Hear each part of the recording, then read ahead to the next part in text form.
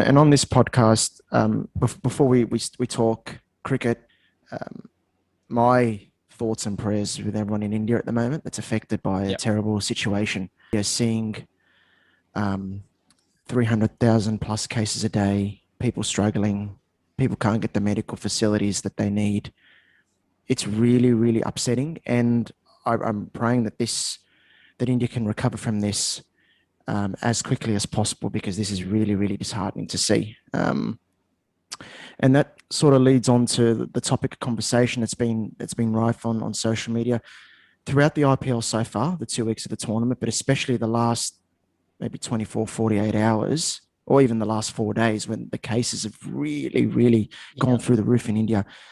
Should the IPL continue to go ahead? Yeah, and as someone sitting here as an Indian, my family's back home, and it's been a tough time. But I'm still divided on that opinion, where I see both sides of the argument. I see both sides of the coin, where people saying, IPL should stop, and why are they playing? They are selfish and all that stuff.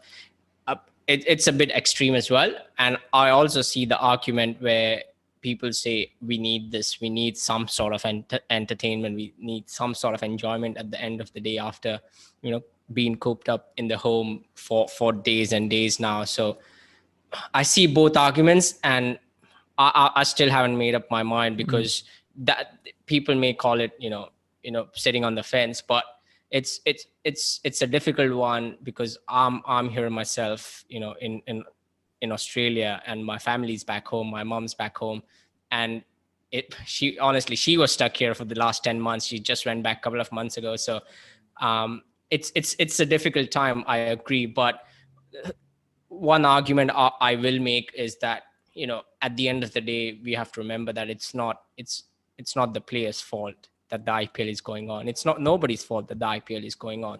I think you make a good point about sort of sport being an escape, so being a distraction from everything that's going on. And I've had a lot of people talk to me as well. Like, I have one of the writers for CricBlog tell me that IPL is helping her stay sane in a way. Something to look forward to at the end of the day. But at the same time, I understand the other side of the argument. What this stems down to, in my opinion, is the BCCI, the IPL's lack of communication. I don't really see anything, and that's the perception. I think that the biggest outrage regarding the IPL that I've seen is it's tone deaf. It's sort of like it's separate from reality. They're not really sort of acknowledging what's happening outside of the bubble. I think one way they can really, if you want the IPL to continue, which is going to be a challenge right now, given a lot of overseas players are looking to leave, some of the Australian players have left and stuff, but it's using the funds generated from the IPL for a good cause as well, and help out in a way. It might be sponsoring the distribution of sanitizers or masks, or setting up vaccine hubs, or whatever it might be, to help out in some way. Because you're right, cricket, sport, it employs a lot of people. When someone says sport is not essential, I don't agree, particularly because it's actually a source of income, and it's a source of employment for millions and millions of people, and it helps the economy. There's no question about that. Definitely it does. And it is for me. It is a source of income for me, because I work in cricket. So I work full-time in cricket. So I know it is a source of income for me, and it is a source of income for those 300. It was a source of income for those 300 employees from Cricket Australia who were laid off last time. And that's why that India series was so important.